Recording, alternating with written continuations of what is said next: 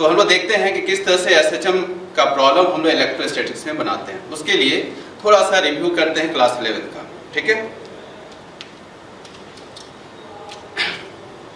सबसे पहला इसमें एक पॉइंट होता है periodic motion.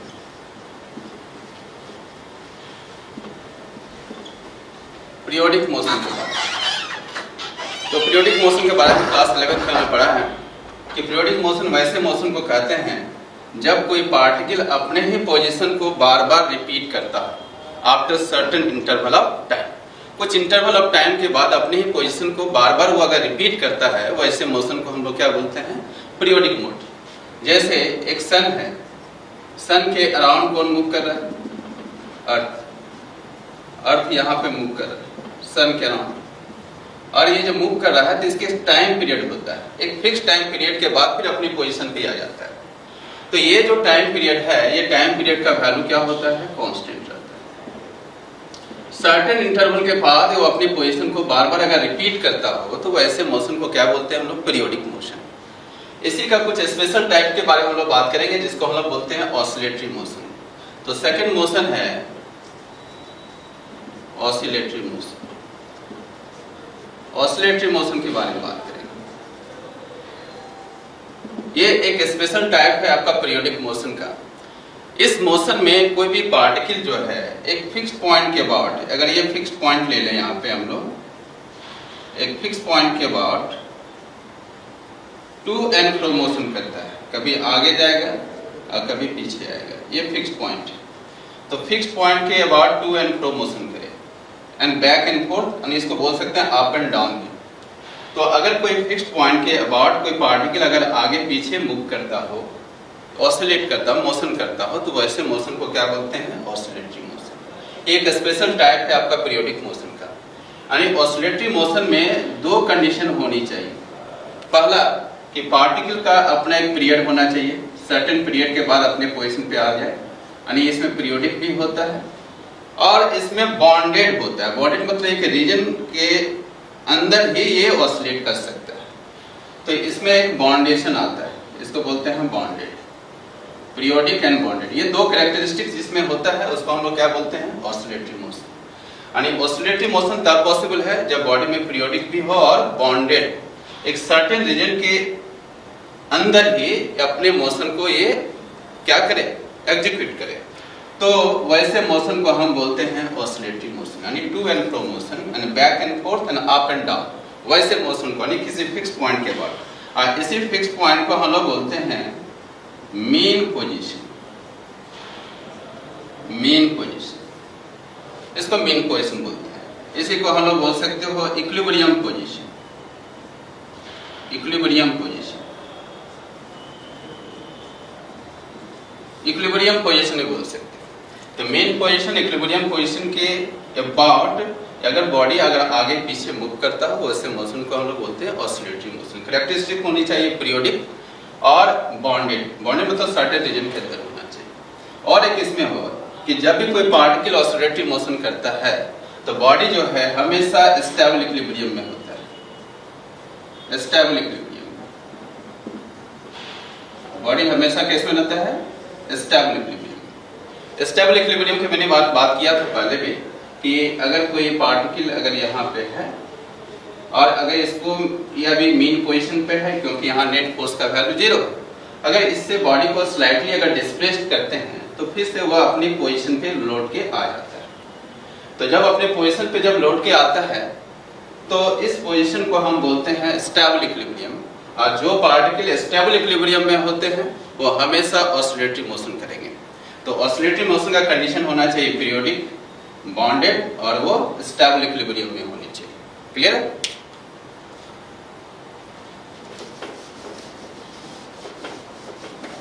Now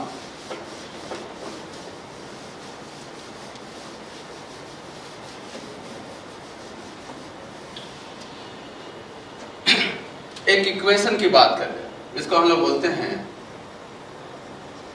general equation of oscillatory motion.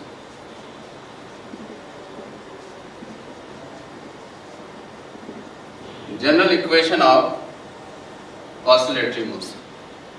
ये इक्वेशन है क्या, यानी ऑसिलेटरी मोशन को पहचानने का क्या इक्वेशन है चाहिए, F is equal to minus के x to the power n। इस फॉर्मूला को याद रखना। ये इक्वेशन जहां भी देखें समझ लो कि यहाँ पे पार्टिकल जो है ऑसिलेट करने वाला है, किसी भी मीन पोजीशन के about to and fro motion करने वाला है। तो इस फोर्स को इसे बोलते हैं रीस्टोरिंग फोर्स। इस फोर्स को क्या बोलेंगे, F को बोलते हैं रीस्टोरिंग फोर्स।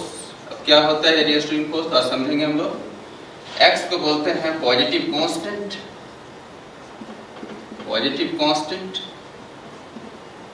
इसका वैल्यू हमेशा पॉजिटिव होना चाहिए। और कभी कभी इसको हम लोग फोर्स कांस्टेंट भी बोल सकते हो, फोर्स कांस्टेंट। ठीक है। एक्स क्या है, displacement, displacement measured from the mean position, main position, displacement measured from the mean position, यानी मेन पोजीशन से बॉडी का डिस्प्लेसमेंट को चेक किया जाता है, उसका मेन को एक्स बोलते हैं। एन क्या है यहाँ पे, एन एक इंडेक्स है, एक्स का इंडेक्स है, पावर है, इसका वैल्यू हमेशा ऑड नंबर पे होता है, इस तरह से। एंड सो ये कैसा नंबर है, ऑड नंबर। अब इस ऑड नंबर का मतलब ये ऑड नंबर होना चाहिए, तभी इस इक्वेशन को हम बोल सकते हैं ऑसिलेटरी मोशन का इक्वेशन। ये कंडीशन फॉलो करना चाहिए। सपोज एक एग्जांपल लें, F is equal to minus के एक्स टू द पावर 3। ये कैसा है, ऑसिलेटरी मोशन का equation. X to the power 3 का मतलब क्या हुआ कि यदि x का वैल्यू अगर पॉजिटिव हो जाए, x पॉजिटिव कहने का मतलब क्या हुआ कि ये एक मीन पोजीशन है या फिक्स पोजीशन है, इसको सपोज कर लें कि ये फिक्स पोजीशन है या मीन पोजीशन बोल सकते हैं। और यहाँ से पार्टिकल को अगर डिस्प्लेस कर दे इस डायरेक्शन में, तो x का वैल्यू क्या होगा, पॉजिटिव। इधर ले लिए पॉजिटिव, इधर ले लिए नेगेटिव। फिक्स पॉइंट के फॉरवर्ड डायरेक्शन में मैंने पॉजिटिव कंसीडर किया और फिक्स डायरेक्शन के फिक्स पोजीशन के बैकवर्ड डायरेक्शन में नेगेटिव कंसीडर किया।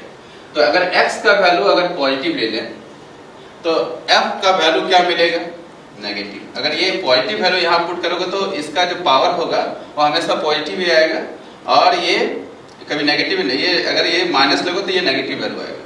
तो यहाँ करने का मतलब x का वैल्यू अगर पॉजिटिव लें then force will be negative. Force negative का मतलब क्या हुआ कि अगर हमने डिस्प्लेसमेंट इधर दिया तो पार्टिकल पे फोर्स किधर लगेगा, पीछे, just backward direction, negative. F x का value positive, force will be negative. Second, x का वैल्यू अगर हम नेगेटिव ले लें, अगर कोई नेगेटिव वैल्यू डाल दे, जैसे F इज इक्वल टू लिखोगे माइनस 2 के पावर 3, ऐसे लिखते, तो ये पावर अगर 3 ऑड नंबर है तो ये वैल्यू हमेशा नेगेटिव आएगा, this value will be negative. So minus ये हो जाएगा -8। तो माइनस माइनस क्या हो गया, माइनस माइनस क्या हो गया, प्लस। तो फोर्स का वैल्यू क्या मिलेगा, plus, then force will be positive. Force का वैल्यू पॉजिटिव मिला, इसका मतलब ये कि बॉडी अगर इस डायरेक्शन में मूव करता है, x का वैल्यू अगर नेगेटिव ले लिया जाए, x का वैल्यू नेगेटिव ले लिया जाए, देन फोर्स का डायरेक्शन जो होगा फॉरवर्ड डायरेक्शन में होगा, प्लस में। तो ऐसे इक्वेशन को हम बोलते हैं ऑसिलेटरी मोशन। यानी ऑसिलेटरी मोशन में क्या होता है कि फोर्स का डायरेक्शन हमेशा मीन पोजीशन की ओर होता है, यानी this force always directed toward the mean position fixed point, and this force is called restoring force. इस फोर्स को हम लोग बोलते हैं रीस्टोरिंग फोर्स। इसलिए बोलते हैं कि ये जो फोर्स होता है पार्टिकल को अपने पोजीशन पे फिर से रीस्टोर कर देता है। मैंने इधर पुश किया, फोर्स इधर लग गया, मैंने इधर पुश किया, फोर्स इधर लग गया। यानी फोर्स का डायरेक्शन हमेशा मीन पोजीशन की ओर और फिक्स पोजीशन की ओर होता है, जिसके चलते इस फोर्स को हम लोग बोलते हैं restoring in nature, restoring force. Clear है?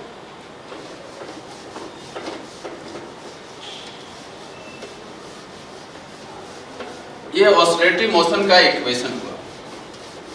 इस इक्वेशन को याद रखेंगे। force always try to restore the body, and this force always try to restore the particle to original position. Original position, अपने ओरिजिनल पोजीशन की ओर फिर से उसको रीस्टोर कर देता है, इसीलिए इस फोर्स को हम लोग बोलते हैं रीस्टोरिंग फोर्स। क्लियर? नाउ अब हम बात करें सिंपल हार्मोनिक मोशन क्या है। What is the meaning of SHM? यहाँ पे एक टर्म लिखा हुआ है शॉर्ट में, सिंपल हार्मोनिक मोशन, शॉर्ट में लिखा हुआ है, जिसको हम लोग बोलते हैं simple harmonic motion. Simple harmonic motion we have oscillatory motion का इक्वेशन क्या मिला, -x to the power n, इसको बोलते हैं ऑसिलेटरी मोशन। स्पेशल केस में अगर हम इसमें डाला जाए, इफ n का वैल्यू 1, n का वैल्यू को अगर 1 डाल दें, ये भी ऑड नंबर ही है, अगर n का वैल्यू 1 डालें तो f इक्वल टू लिख सकते हो -1, इसके ये पावर 1। तो वेरिएबल के पावर जब 1 होता है तो ये पाथ कैसा हो जाएगा, इसका path should be straight line. Path कैसा हो जाएगा, स्ट्रेट लाइन। तो ये ऑसिलेटरी मोशन का स्पेशल कंडीशन है, n का वैल्यू 1 डालेंगे तो f equal to -k times x to the power n। इसी को बोलते हैं simplest form of oscillatory motion. Simplest form of oscillatory motion, इसी सिंपलेस्ट फॉर्म को बोलते हैं simple harmonic motion. Simple harmonic motion, ठीक है। मैंने बताया था कि ये सब मोशन कब होता है, ऑसिलेटरी मोशन ओनली होता है किसमें, स्टेबल इक्विलिब्रियम में, यानी बॉडी जब हमेशा स्टेबल इक्विलिब्रियम में रहे, स्टेबल इक्विलिब्रियम, ठीक है। तो इसी की चर्चा हम करने वाले हैं कहाँ पे, इलेक्ट्रोस्टैटिक्स में, यानी simple harmonic motion in electrostatics. Clear?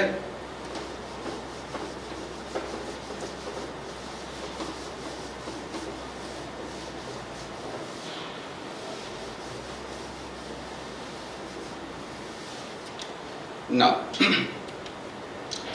तो सिंपल हार्मोनिक मोशन है क्या? सिंपल हार्मोनिक मोशन, मैंने इक्वेशन अभी क्या पढ़ा है, F equal to -k into x, ठीक है। ये है मीन पोजीशन, मीन पोजीशन। यहां से पार्टिकल को मैंने पहले डिस्प्लेस कर दिया और डिस्प्लेस किया फॉरवर्ड डायरेक्शन में, फोर्स किधर लगा, बैकवर्ड डायरेक्शन में, फिर से इसको रीस्टोर करेगा। ये जो एंड पोजीशन होता है इसको हम लोग बोलते हैं एक्सट्रीम पोजीशन। एक्सट्रीम पोजीशन,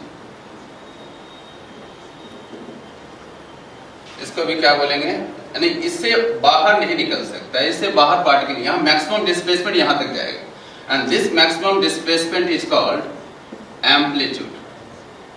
इसी को बोलते हैं एम्पलीट्यूड, ठीक है।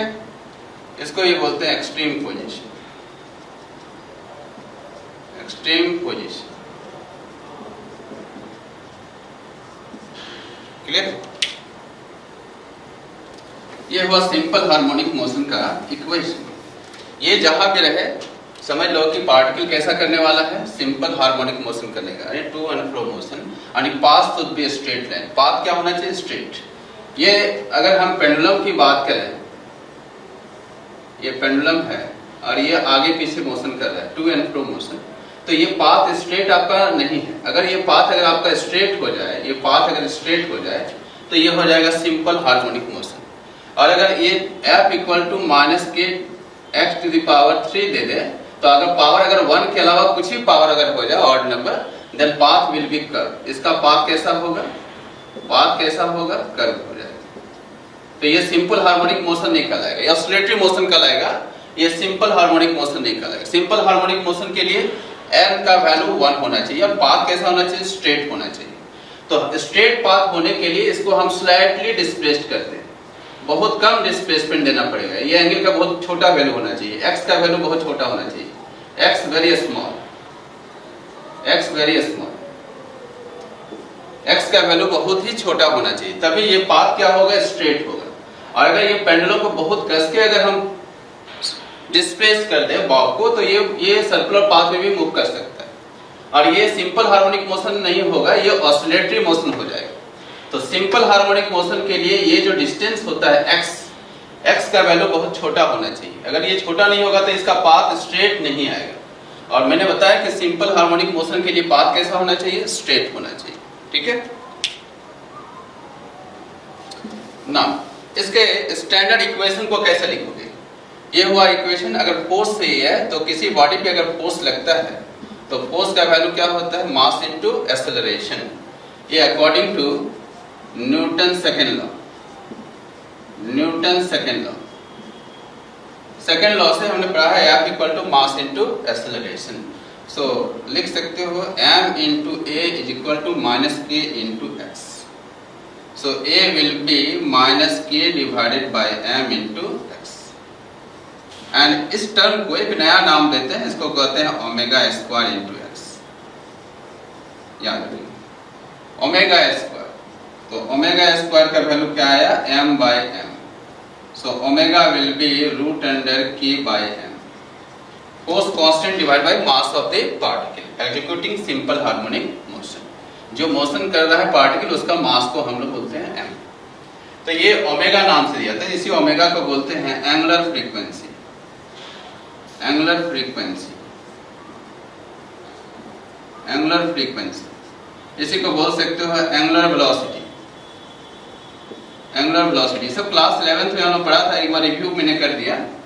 सब क्लास 11th में हम लोग पढ़े थे। जैसे ओमेगा का वैल्यू, इसका ज्योमेट्रिकल मीनिंग वगैरह सब बताए थे, उसका प्रोजेक्शन करके एसएचएम कैसे फाइंड आउट करते थे। तो अभी सिर्फ इसका फॉर्मूला को देखेंगे और इसको अप्लाई करेंगे इलेक्ट्रोस्टैटिक्स में। तो ओमेगा का वैल्यू मिला k बाय m। अब यहाँ पे क्वेश्चन क्या पूछेगा, time period.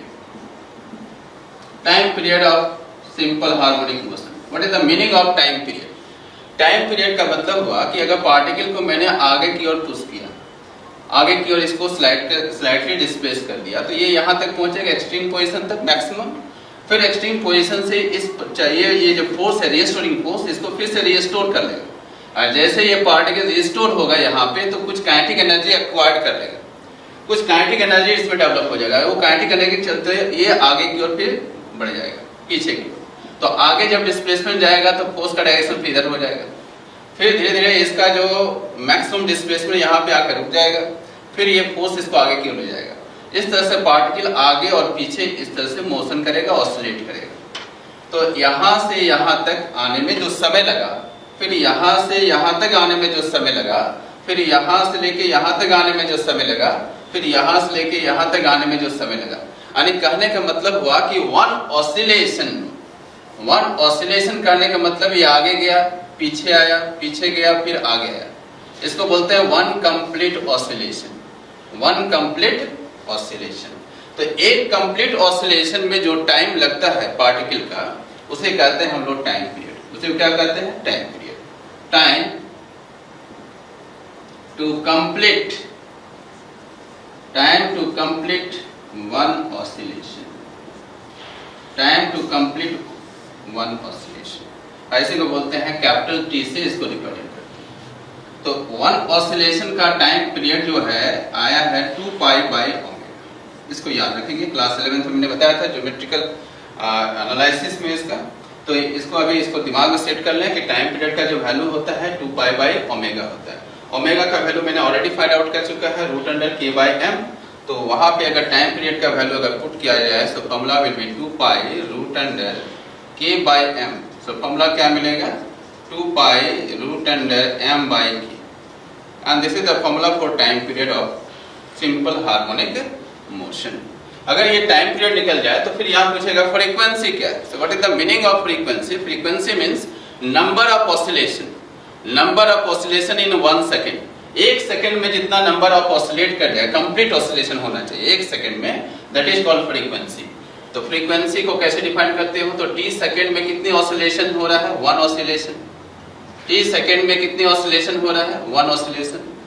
So unit time पे यानी 1 सेकंड में कितनी ऑसिलेशन होगा? 1/t oscillation. तो एक सेकंड में जितना ऑसिलेशन होता है that is called frequency. So frequency will B 1/t। तो फ्रीक्वेंसी का फॉर्मूला क्या मिला? 1/t। क्लियर?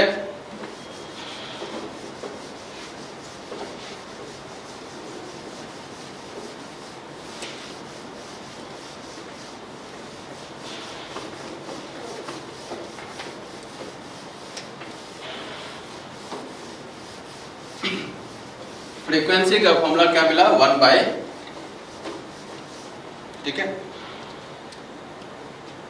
ना। क्या क्या स्टेप फॉलो करेंगे आप एसएचएम बनाने के लिए? सिंपल इलेक्ट्रोस्टैटिक्स में क्या क्या स्टेप्स याद रखना है? First, to search the mean position. सबसे पहले हम लोग मीन पोजीशन को सर्च करेंगे कि पार्टिकल मीन पोजीशन पे है कि नहीं, जहां पर फोर्स का वैल्यू क्या होता है? 0 होता है। उस पोजीशन को पहले सर्च करेंगे। सेकेंड स्टेप क्या होना चाहिए?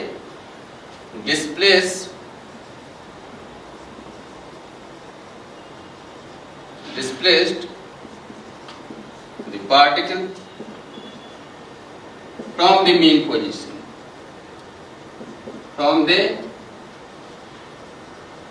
mean position slightly। इस बात पे विशेष ध्यान देंगे, स्लाइटली। अगर स्लाइटली नहीं होगा तो वो फिर सिंपल हार्मोनिक मोशन नहीं करेगा। और सिंपल हार्मोनिक मोशन के लिए पाथ कैसा होना चाहिए? स्ट्रेट। इसीलिए मैंने मीन पोजीशन से स्लाइटली डिस्प्लेस्ड करना है, ठीक है। And third, eight the displaced position,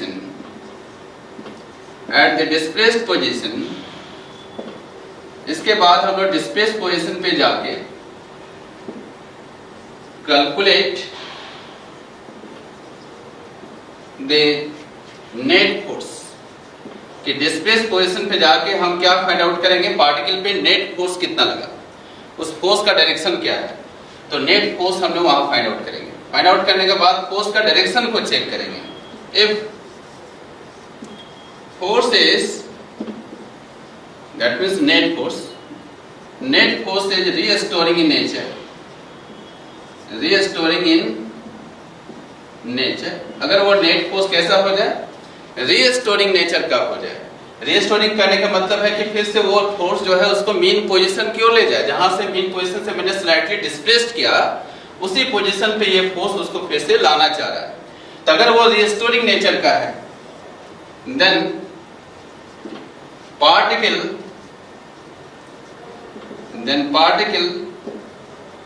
execute simple harmonic motion. अगर वो रीस्टोरिंग नेचर का हो जाए, फोर्स अगर रीस्टोरिंग नेचर का हो जाए तो समझ लो कि वहां पे सिंपल हार्मोनिक मोशन होने वाला है। और सिंपल हार्मोनिक मोशन जब आएगा तो उसका इक्वेशन मैंने क्या बताया? Standard equation -ω² × x। ये फाइंड आउट करना पड़ेगा। Acceleration and displacement both are anti parallel, यानी x का डायरेक्शन और एक्सेलरेशन का डायरेक्शन क्या होगा? अपोजिट होना चाहिए। ये कंडीशन अगर आ जाए तो time period will be 2π/ω and frequency will be ω/2π। ये चीज है। तो टाइम पीरियड भी निकल जाएगा और फ्रीक्वेंसी भी कैलकुलेट हो जाएगा। तो these are the conditions, these are the steps to find the condition of SHM and time period and frequency। Clear ना? अब इस कॉन्सेप्ट को मैं अप्लाई करूंगा कहां पे? इलेक्ट्रोस्टैटिक्स में। ये सब जगह अप्लाई होगा, सिर्फ इलेक्ट्रोस्टैटिक्स बहुत जगह पे हम जाके एसएचएम का कंडीशन पढ़ेंगे। अभी डायपोल आएगा, डायपोल में भी एसएचएम का कंडीशन हमको फाइंड आउट करना है।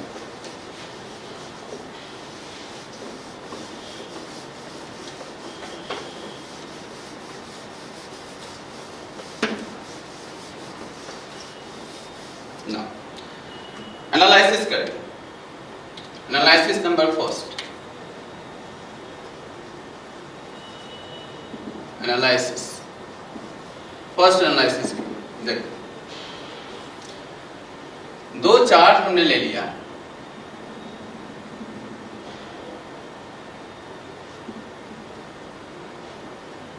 यहां पे भी प्लस चार्ज है, यहां पर भी प्लस चार्ज। चलो इसका पोजीशन 1 का है, इसका पोजीशन 2 का। दोनों के बीच का सेपरेशन कितना दिया हुआ है? The separation between two charges is L, and this is the midpoint। ठीक को हम क्या बोलेंगे? Mid point. दोनों का मिड पॉइंट है, ये मिड पॉइंट पे रखा हुआ है। और 3 पे एक चार्ज हमने प्लेस्ड कर दिया प्लस क्यू चार्ज हमने प्लेस्ड कर दिया मिड पॉइंट। अब इसमें हमको ये फाइंड आउट करना है कि अगर इस मिड पॉइंट से, अगर इसको मीन पोजीशन भी बोल सकते हैं। क्यों बोलते हैं? कि ये जितना इस पे फोर्स लगाएगा ना, उतना ही फोर्स ये भी इसको लगाएगा। ठीक है, दोनों का मैग्नीट्यूड इक्वल एंड अपोजिट होगा। ये अगर एक्सपीरियंसिंग बॉडी है तो ये दोनों एक्सर्टिंग होंगे, तो ये इसको अगर फोर्स एक्सर्ट करेगा तो ये रिपल्सन होगा, तो रिपल्सन का डायरेक्शन है। ये भी चार्ज इसको रिपेल करेगा। Both the forces are in equal in magnitude, same line of action, but opposite in direction, so they are cancel out with each other। दोनों forces एक दूसरे को क्या करते हैं? Cancel out कर देंगे। That means mid point को हम बोल सकते हैं mean position, mean position बोल सकते हैं। तो सबसे पहला स्टेप क्या था SHM के लिए? कि मीन पोजीशन को सर्च करना। तो मीन पोजीशन मैंने सर्च कर दिया, यहाँ पे नेट फोर्स का वैल्यू क्या है? 0। ये दोनों का सेपरेशन ये बता सकता है। अब इस मीन पोजीशन से बॉडी को स्लाइटली डिस्प्लेस्ड करते हैं। कह रहा है क्वेश्चन ऑलरेडी करा कि इसको अगर लीनियरली डिस्प्लेस्ड करा जाए, इसकी लाइन दोनों को लाइन ज्वाइनिंग के अलावा अगर डिस्प्लेस्ड किया जाए और डिस्प्लेस करने के बाद उसको रिलीज कर दिया जाए, तो उसको चेक करके बताओ कि ये SHM है कि नहीं, SHM का एक को फॉलो करेगा कि नहीं। उसका अगर SHM है तो उसका टाइम पीरियड एंड फ्रीक्वेंसी का वैल्यू क्या होगा। तो हम इसको लिनियरली डिस्प्लेस करते हैं इस तरह से। चलो मैंने डिस्प्लेस करके यहाँ पे ले आया, चार्ज यहाँ पे आ गया। कितना डिस्प्लेसमेंट मैंने दे दिया? अब ये डिस्प्लेसमेंट बहुत स्लाइटली होना चाहिए, स्मॉल डिस्प्लेसमेंट होनी चाहिए। इसको डिस्प्लेस हमने कर दिया। अब डिस्प्लेस करने के बाद अब हम क्या करते हैं? चेक करते हैं कि ये डिस्प्लेस पोजीशन पे नेट फोर्स क्या है। पहला स्टेप क्या था? मीन पोजीशन को सर्च करना। सेकंड स्टेप क्या था? कि उसके मीन पोजीशन से स्लाइटली डिस्प्लेस्ड कर देना। एंड थर्ड स्टेप पे हमने बताया कि डिस्प्लेस पोजीशन पे चेक करना है कि इस पे नेट फोर्स का वैल्यू क्या है। अगर वो नेट फोर्स निकल जाए तब उसके बाद हम बात करेंगे डायरेक्शन की, कि नेट फोर्स का डायरेक्शन किधर है। अगर वो नेट फोर्स का direction toward the mean position है तो वो रिस्टोरिंग हो जाएगा, और जहां रिस्टोरिंग होगा तो ये particle to and fro motion करना स्टार्ट हो जाएगा। That means simple harmonic motion. तो यहाँ पे चेक करते हैं। तो क्या चेक करेंगे? इस पे फोर्स। अब फोर्स लगाने वाला कौन कौन हुआ? एक ये चार्ज और एक ये चार्ज जो पोजीशन 1 और 2 पे रखा हुआ है। तो ये अगर इस पे फोर्स लगाएगा तो इसका डायरेक्शन इधर होगा, रिपल्सिव फोर्स। फोर्स का वैल्यू होगा F31, और ये अगर इस पे फोर्स लगाएगा तो इसका डायरेक्शन इधर होगा, रिपल्सिव फोर्स F32। ठीक है। अब बताइए ये डिस्टेंस कितना हो जाएगा? बताओ। L माइनस इसको 2L कर दें, अच्छा रहेगा। अच्छा L माइनस एक्स, हाँ ठीक है, इसको L माइनस एक्स कर दो। ठीक है, रन करो। L माइनस, तो यहां से डिस्प्लेसमेंट लिया जा रहा है ना, तो यहां से डिस्प्लेसमेंट होगा तो ये क्या हो जाएगा? अच्छा इसको 2L कर दे, ठीक रहेगा। 2L, ये 2L है, तो ये हो गया L और ये भी हो गया L। तब ये डिस्टेंस अगर L है तो ये डिस्टेंस कितना बनेगा? L minus x. ये डिस्टेंस L है तो ये टोटल डिस्टेंस कितना होगा यहां से यहां तक? L plus x. ये डिस्टेंस L है और इसमें L को x को ऐड कर दो तो ये डिस्टेंस कितना आएगा? L प्लस, यहां पे फोर्स को चेक करें। ठीक है। अब बताओ कौन सा फोर्स बड़ा है? ये फोर्स बड़ा है कि ये वाला फोर्स बड़ा है? ये डिस्टेंस कम होगी, ये डिस्टेंस कम होगी और ये डिस्टेंस ज्यादा होगी।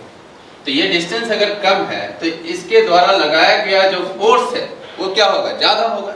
तो ये फोर्स का मैग्नीट्यूड बड़ा होगा और इस फोर्स का मैग्नीट्यूड छोटा होगा। चेक करके देखते हैं। हियर हियर F31 का वैल्यू बताओ, ये दोनों के बीच का force K times QQ divided by length, length बताओ ये कितना है, L प्लस x का होल स्क्वायर। F32 इस फोर्स का, ये दोनों के बीच का फोर्स, ये फोर्स का वैल्यू क्या होगा, K QQ divided by L minus x का होल स्क्वायर। ये टोटल लेंथ 2L है, यानी मिड पॉइंट से ये लेंथ L है, ठीक है। Now which one is greater, ये दोनों का मैग्नीट्यूड सेम है, K सेम है, तो ये देखो यहाँ ज्यादा है तो ये वैल्यू क्या होगा कम, ये कम है तो ये वैल्यू क्या होगा ज्यादा। Here we find that F32 greater than F31, F32 greater than F31, तो ये फोर्स बड़ा हो गया, ये फोर्स छोटा हो गया, तो नेट फोर्स निकाल लेंगे। The net force will B, दोनों का डायरेक्शन अपोजिट है, 180 डिग्री पे इंक्लाइंड है, तो कितना होगा F32 माइनस F31, तो नेट फोर्स का डायरेक्शन किधर निकला, इधर, this is the net force toward the mean position, तो वैल्यू विल बी, देखो यहाँ कॉमन क्या है, K Q कॉमन आ गया, 1 अपॉन ये L माइनस x का whole square minus 1 upon L plus x का होल स्क्वायर, और ये फोर्स का डायरेक्शन किधर है, टुवर्ड्स मीन पोजीशन, तो फोर्स का नेचर कैसा हो गया, रीस्टोरिंग नेचर, यानी रीस्टोरिंग फोर्स निकल गया, ये फोर्स रीस्टोरिंग निकल गया, तो रीस्टोरिंग फोर्स ये वैल्यू निकला, तो इधर आ रहा है टुवर्ड द मीन पोजीशन। इसको सॉल्व करेंगे, K Q, इसका मतलब है कि SHM होने वाला है टुवर्ड द मीन पोजीशन, तो यहाँ पे एलसीएम लोगे तो आएगा L माइनस x का होल स्क्वायर और L प्लस x का whole square, L plus x whole square minus L minus x का होल स्क्वायर, ये वैल्यू आएगा, ठीक है। So finally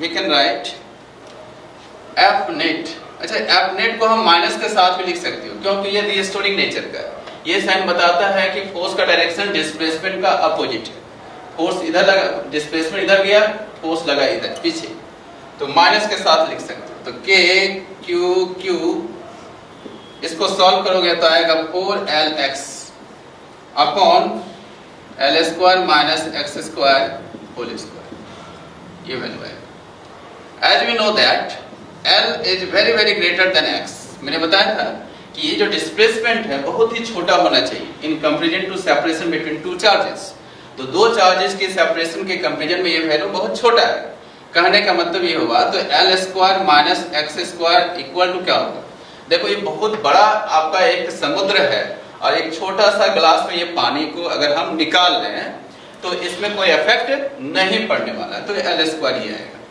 so F net will be minus K Q 4LX upon, इसके जगह पे लिखोगे L स्क्वायर का होल स्क्वायर, ये रिजल्ट आएगा।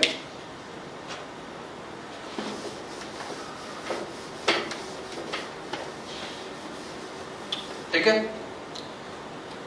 so value will be minus K 4K Q divided bye L से L कैंसिल होगा तो LQ हो गया, मल्टीप्लाई X।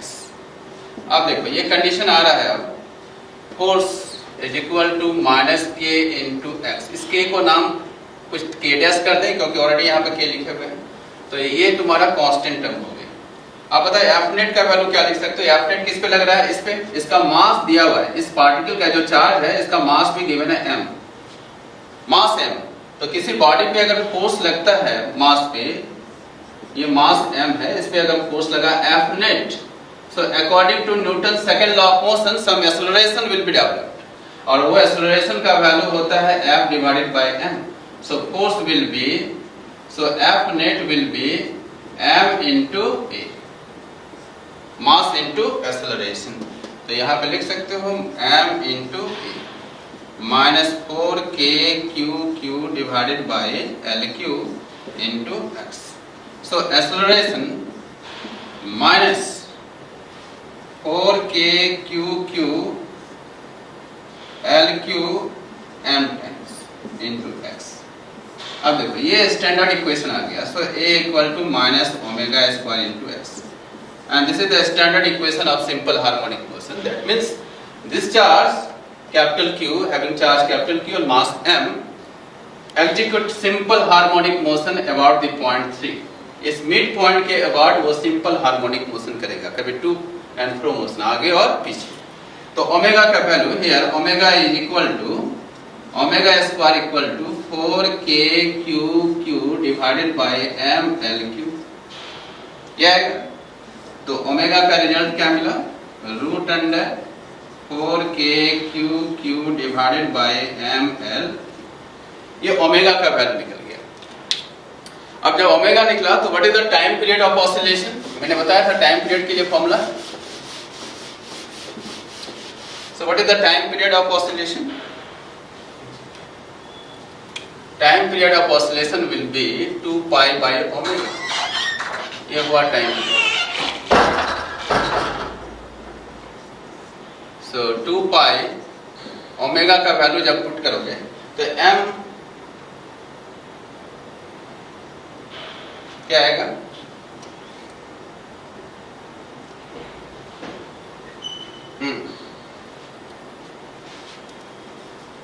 ओमेगा का वैल्यू अगर पुट किया जाए तो root under 4k/q divided bye क्या मिला?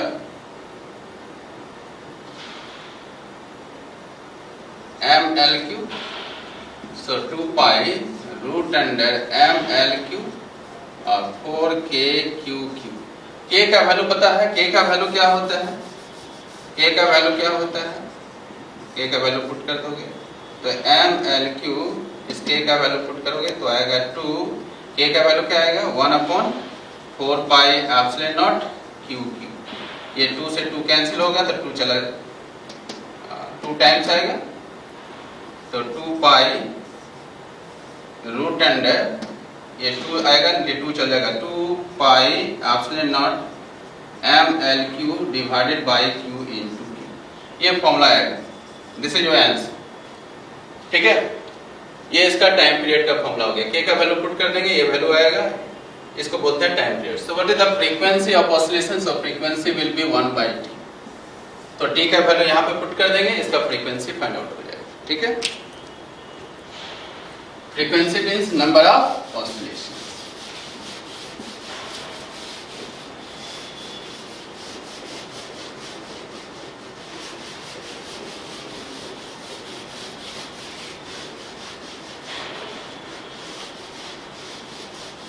Next, analysis number 2.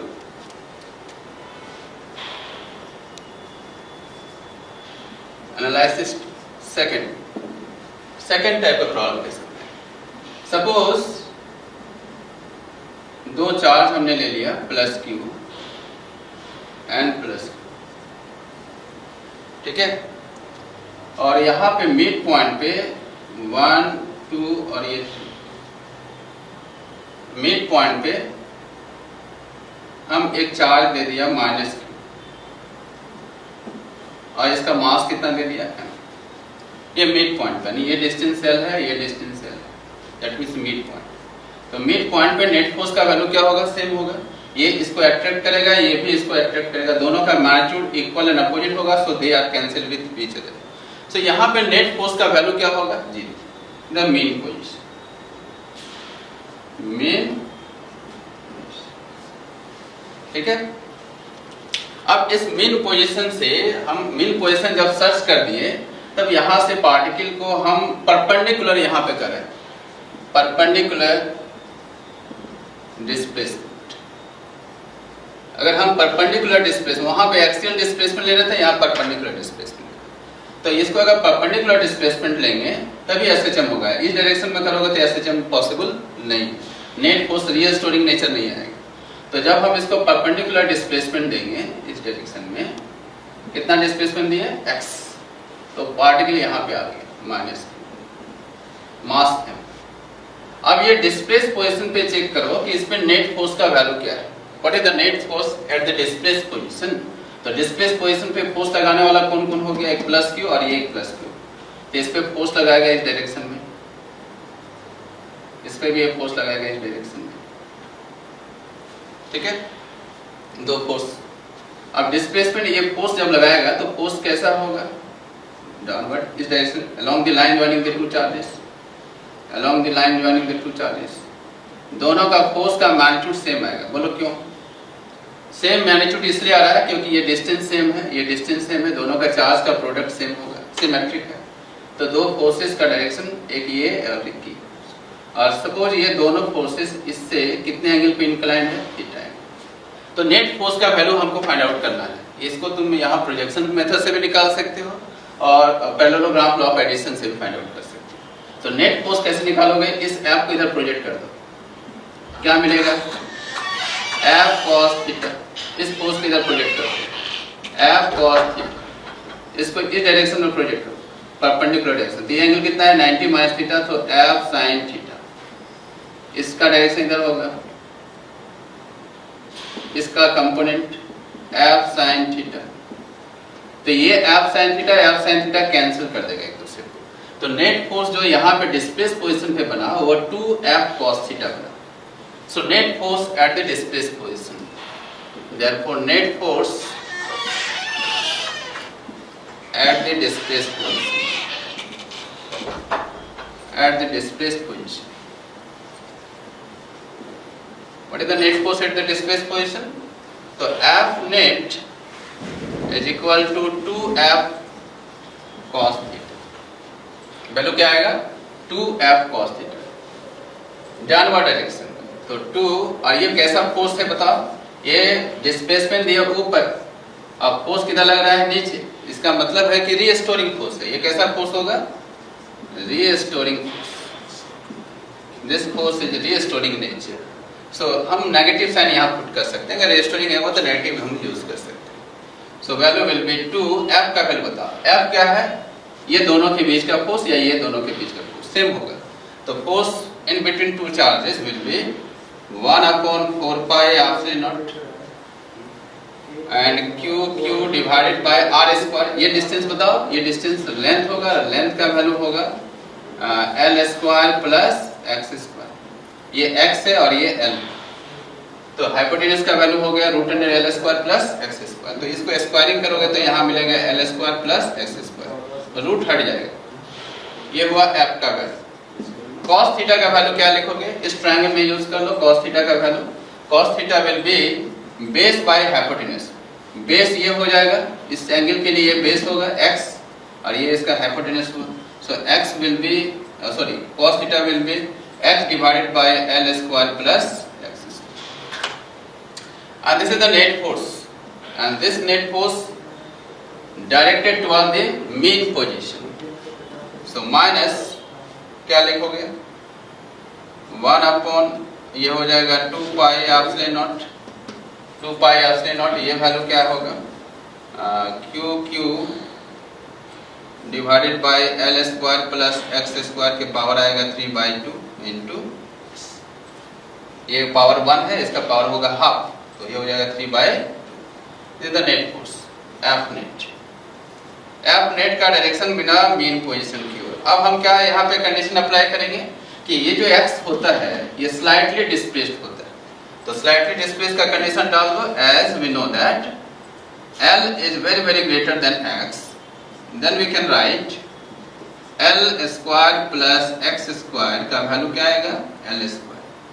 ये बहुत बड़ा टर्म है, ये बहुत ही छोटा टर्म है, उसको अगर ऐड किया जाए तो ये फिर बड़ा टर्म के बराबर आएगा। मैंने बताया था कि ये समुद्र है, उसमें एक लोटा पानी अगर डाल दें तो कोई इफेक्ट नहीं होने वाला है, तो ये वही आएगा L स्क्वायर आएगा। तो नेट फोर्स का वैल्यू क्या मिला, F net will be minus 1/2 pi epsilon naught and q divided by ये लेंथ बताओ, ये वैल्यू कितना आएगा L square plus S square का value L square, so 3/2 into x। 2 cancel out, so F net minus 2 pi epsilon not q q divided by L q into x. ये फिर देखो ये सिंपल हार्मोनिक मोशन के condition को follow कर रहा है। एफ नेट का वैल्यू, एफ नेट को क्या लिख सकते हो, मास इनटू एक्सेलरेशन, मास इनटू एक्सेलरेशन फोर्स का वैल्यू। इसमें मास कितना है m, तो एक्सेलरेशन डेवलप होगा तो फोर्स का डायरेक्शन में मास into acceleration minus 1/2 pi epsilon nought q q divided bye l q i into x। So acceleration का फाइनल रिजल्ट आया minus 2 pi epsilon not m l q q q into x। तो a will be minus omega square into x। फिर देखो standard equation आ गया SHM का। इसका मतलब ये हुआ कि पार्टिकल को जब हम स्लाइटली डिस्प्लेस करेंगे तो यह मीन पोजीशन की ओर एक नेट फोर्स लगा और इसको फिर से रिस्टोर करेगा। जब यहाँ पहुंचेगा तो कुछ काइनेटिक एनर्जी गेन करेगा and due to motion of inertia फिर ये आगे की ओर बढ़ जाएगा नीचे। जैसे ये नीचे जाएगा तो फोर्स का डायरेक्शन ऊपर हो जाएगा। तो इस तरह से इस फिक्स पोजीशन के बाद ये ऊपर नीचे अप एंड डाउन मोशन करेगा। इसको सिंपल हार्मोनिक मोशन कह सकते हैं, ठीक है। सो ओमेगा का स्क्वायर का वैल्यू आया q q upon 2 pi epsilon not m l q। Square हटाओगे तो रूट आएगा, रूट आएगा। So time period will be, so what is the time period of oscillation, एक कंप्लीट ऑसिलेशन में time कितना लगता है। So 2 pi by omega. So 2 pi value क्या आएगा, ये टर्म ऊपर चला जाएगा तो 2 pi epsilon not m l q upon q into q and this is your answer, the time period of oscillation. इसको बोलते हैं टाइम पीरियड ऑफ ऑसिलेशन, ठीक है। ये सिचुएशन नंबर 2। एक सिचुएशन और देखते हैं।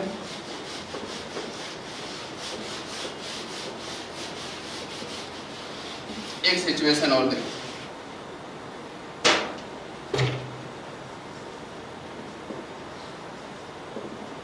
Situation number 3।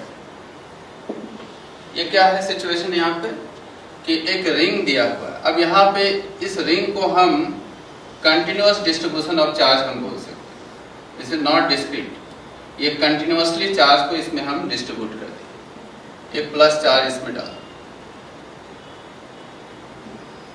ये सिचुएशन।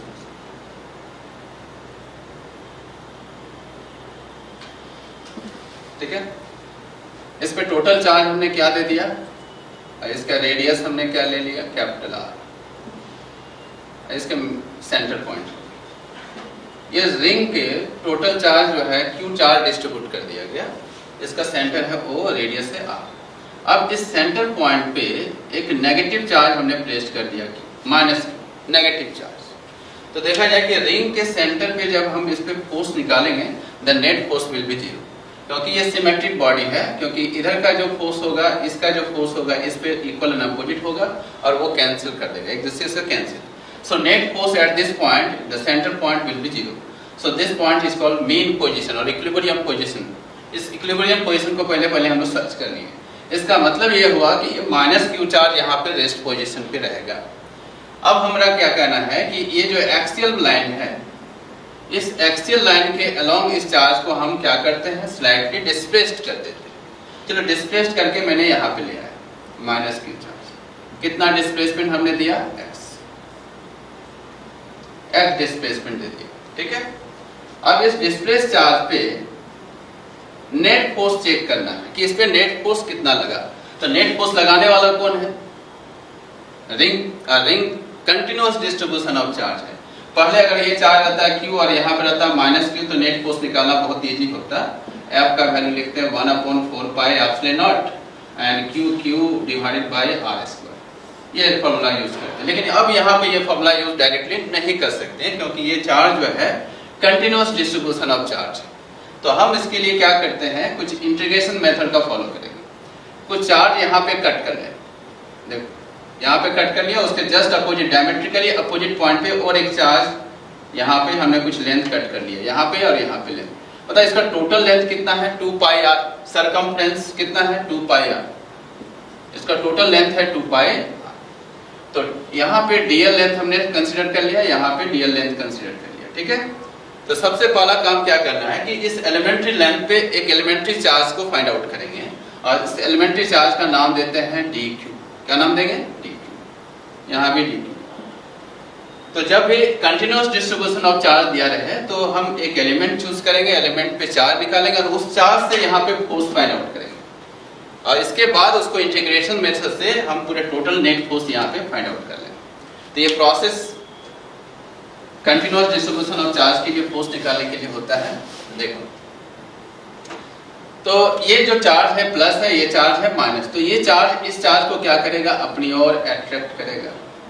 ये भी चार्ज इसको अपनी ओर क्या करेगा? अट्रैक्ट करेगा। चलो इस फोर्स को हम इक्वल फोर्स बोल सकते हैं क्योंकि लेंथ इक्वल है और चार्ज का मैग्नीट्यूड भी, प्रोडक्ट ऑफ मैग्नीट्यूड भी इक्वल। इसका नाम देते हैं डी एफ, छोटा सा फोर्स डी एफ। इस एंगल का नाम हमने दे दिया थीटा, इस एंगल का भी नाम दे दिया थीटा। अब इस डी एफ को दो कंपोनेंट में हम प्रोजेक्ट कर देंगे, दो डायरेक्शन में प्रोजेक्ट कर। इसको इधर प्रोजेक्ट करोगे तो क्या मिलेगा? D F sine theta. इसको कहोगे तो डी एफ साइन थीटा। इसको इस डायरेक्शन प्रोजेक्ट करो तो ये मिलेगा इसका डी एफ कॉस थीटा, इसका डी एफ कॉस थीटा।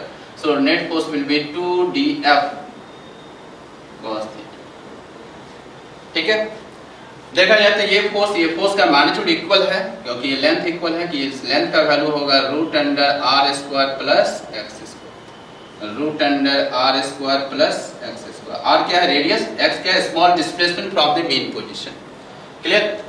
सो मैग्नीट्यूड इक्वल, डायरेक्शन अपोजिट, दोनों के बीच का angle 180 degree, so they are cancel with each other. दोनों एक दूसरे को क्या करेगा? कैंसिल कर देगा। So net force at the displaced position will be, what is the net force? F net at the displaced position will be 2F cos theta। अब बताओ डिस्प्लेसमेंट हमने किधर दिया? मेन पोजीशन से आगे। नेट फोर्स इस पे किधर लग रहा है? पीछे। Then this force will be restoring in nature. ये फोर्स कैसा हो जाएगा? Restoring nature. ये कैसा फोर्स है? रीस्टोरिंग। क्लियर? ये रीस्टोरिंग फोर्स हो गया। अब हम इस फोर्स को कैलकुलेट कैसे करोगे? यहाँ पे डी एफ लिखो, 2df small force, 2df cos theta. Value बताओ f नेट माइनस 2 df का वैल्यू बताओ 1/4 पाई एप्सिलॉन नॉट। कौन सा चार्ज के? इस चार्ज और इस चार्ज के बीच का प्रोडक्ट लेना है तो लिखोगे dq into q divided by R square. ये r है, ये r है, तो स्क्वायर करोगे तो क्या मिलेगा? R square plus x square. Root हट जाएगा, स्क्वायर करेंगे तो रूट हट जाएगा। अब बचा cos थीटा, तो cos थीटा का इस ट्रायंगल में यूज करके फाइंड आउट कर सकते हैं। तो cos theta will be base by hypotenuse. तो बेस हो गया x, हाइपोटेन्यूज हो जाएगा root under R square plus, ये वैल्यू मिला। अब यहाँ बात रहा है dq का। dq को अगर हम लेंथ में कन्वर्ट करते तो इंटीग्रेशन करने में इजी होगा। हियर dq का वैल्यू बताओ, dq क्या है? यहाँ लिख दो 2 पाई आर लेंथ में टोटल चार्ज कितना है? 2 पाई आर लेंथ में, ये सरकमफ्रेंस में टोटल चार्ज कितना है? सो dl लेंथ में चार्ज बताओ कितना होगा? q divided bye 2 pi r into dl, unit loss से। तो ये जो वैल्यू मिला, इस वैल्यू को तो कहते हैं dq, इसी वैल्यू को कहते हैं dq। So dq will be minus 2 1/4 pi epsilon naught। dq का value capital Q divided bye 2 pi r into dl into dq, sorry q divided bye, ये दोनों को मल्टीप्लाई करो तो r square plus x square के power आ जाएगा 3/2 into x। अब आ रहा है फोर्स का वैल्यू। तो फोर्स का वैल्यू कैसे निकालोगे? 2 minus 2 1/4 pi epsilon naught and q into dl divided by 2 pi r, नीचे आया r square plus x square power 3/2 multiply x। अब इसको इंटीग्रेट कर दे, इसको छोटा सा फोर्स बोल सकते हो। डी एफ नेट तो निकला है लेकिन छोटा फोर्स है, ये फोर्स जो है सिर्फ डीएल के चलते है, डीएल पे जो चार्ज है उसके चलते ये फोर्स आया। तो अब इसको इंटीग्रेट करना पड़ेगा, डी एफ नेट को इंटीग्रेट करना पड़ेगा। सो what is the total force along this direction, इस डायरेक्शन पे नेट फोर्स का वैल्यू क्या होगा?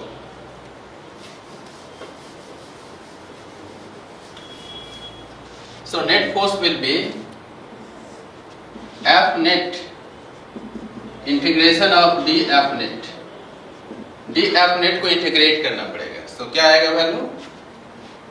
-2, कांस्टेंट टर्म को बाहर कर दें तो ये 2 ये से आएगा, 2 कैंसिल होगा तो आएगा 1/2 पाई एप्सिलॉन नॉट, ये 2 से इसको कैंसिल कर दो तो आएगा q divided by 2 pi r x square sorry R square plus x square 3/2 और इंटीग्रेशन के अंदर में रहेगा सिर्फ डीएल और बाहर में फिर आएगा एक्स भी बाहर आएगा, ये भी कांस्टेंट है, डिस्प्लेसमेंट भी फिक्स्ड है।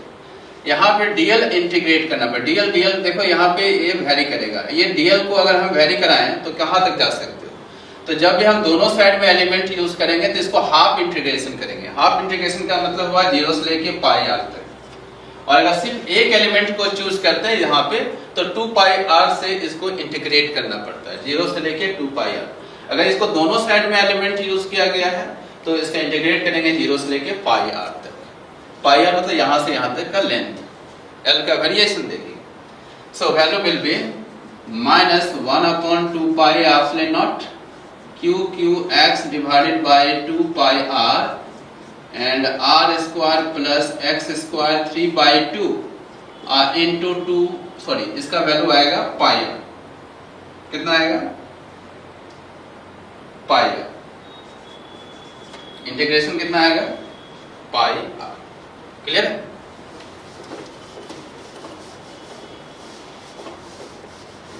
क्या मिला? एफ नेट का value. So F net will B, ये पाई आर से ये पाई आर कैंसिल होगा, सो वैल्यू आएगा -1/4 पाई एप्सिलॉन नॉट। ये पाई आर और ये पाई आर कैंसिल हो जाएगा तो 2 × 2 ये हो जाएगा 4 pi epsilon not and q x upon r square plus x square के power 3/2 and this is the net force. ये नेट फोर्स कहाँ पे मिला? At displace position toward the mean position. ये मीन पोजीशन की ओर इसका नेट फोर्स फाइंड आउट कर दें। अब किसी बॉडी पे अगर फोर्स लगता है और उस पे मास अगर है then acceleration will be developed according to Newton second law of motion. So force को लिख सकते हो mass into acceleration. So -1/4 pi epsilon nought q x divided by r square plus s square 3/2। ठीक है, और इसके बाद हम यहाँ पे कंडीशन यूज कर सकते हैं, एसएचएम के लिए बहुत इंपॉर्टेंट है। As we know that r is very very greater than x, so r square plus x square का वैल्यू क्या लिखोगे? r square. अब देखो और सिंपल हो गया ये equation. So value will be ma -1/4 pi epsilon not and q x upon ये लेंथ, ये वैल्यू कितना होगा? r स्क्वायर कैंसिल होगा तो बचेगा भैया r3, ये वैल्यू मिलेगा। So acceleration will B final answer 1/4 pi epsilon not, m नीचे आ गया, q divided by r into x। So a can be written as -ω² into x and this is the standard form of simple harmonic motion। ये standard form हो गया simple harmonic motion. ये जहां भी equation देखो acceleration and displacement both are opposite in direction. अगर ये displacement आगे दिए तो एक्सेलरेशन पीछे डेवलप हुआ। ठीक है, so omega will B omega square का वैल्यू क्या मिलेगा? 1/4 pi epsilon nought q divided bye m/r3, और इसको अगर स्क्वायर हटाएंगे तो क्या मिलेगा? रूट, ये मिलेगा। And this is the value of omega, angular frequency, angular velocity. So time period will be, so what is the time period of simple harmonic motion? So time period का formula क्या आएगा?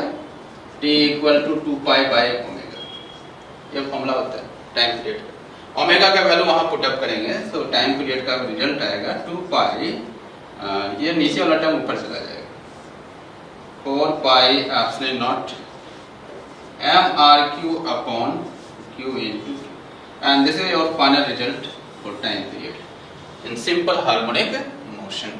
Clear है? Now ये जो result आया time period का, इससे आप फ्रीक्वेंसी को भी फाइंड आउट कर सकते हैं। So frequency will be f is equal to 1 upon T. Just उसको रिवर्स करेंगे तो f का वैल्यू आएगा 1 upon 2 pi and q upon 4 pi epsilon not M r, ये फाइनल रिजल्ट। ठीक है, तो ये 3 सिचुएशन था इलेक्ट्रोस्टैटिक्स का जो सिंपल हार्मोनिक मोशन पे बेस्ड था।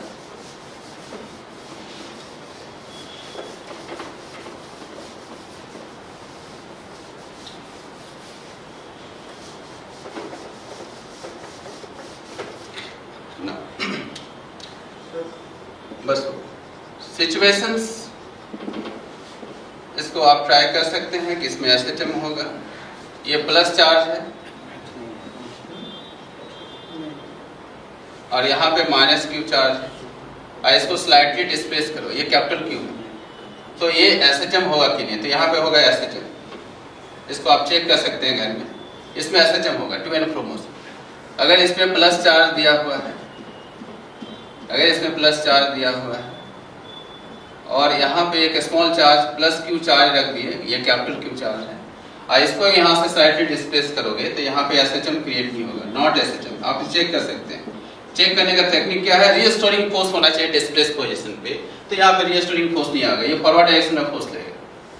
थर्ड सिचुएशन क्या है कि इस पे अगर नेगेटिव चार्ज आप दे दिए रिंग पे, ये ट्रिपल ई का क्वेश्चन था, और ये माइनस क्यू चार्ज है इस पे, और यहाँ पे हमने रख दिया प्लस क्यू चार्ज, और इसको अगर डिस्प्लेस करेंगे यहाँ से मीन पोजीशन से, तो इसमें एसएचएम होगा, क्योंकि इस पे रीस्टोरिंग फोर्स लगने वाला है, इसमें एसएचएम होगा। और एक सिचुएशन क्या पूछ सकता है कि आप रिंग ले लें, रिंग पे चार्ज दे दिया नेगेटिव चार्ज, रिंग पे नेगेटिव चार्ज हमने दे दिया, और माइनस क्यू चार्ज यहाँ पे प्लेस कर दे सेंटर पॉइंट पे, और इसको डिस्प्लेस करोगे तो फिर ये एसएचएम नहीं होगा, नॉट एसएचएम। आप चेक कर सकते हैं चारों कि इसमें डिस्प्लेस करेंगे तो रीस्टोरिंग फोर्स एग्जिस्ट नहीं करेगा, इसमें रीस्टोरिंग फोर्स होगा, इसमें रीस्टोरिंग फोर्स होगा। जिसमें रीस्टोरिंग फोर्स होता है उसमें एसएचएम क्रिएट होता है, और वो to and fro motion mean position के बाद वो ऑसिलेट करते रहेगा। ठीक है, तो आज के लिए इतने। आई होप आप लोग को अच्छी तरह समझ में आया होगा ये topic SHM in electrostatics. Next class हम न्यू टॉपिक लेके आएंगे, तब तक के लिए आप घर में बने रहें। Thank you for watching.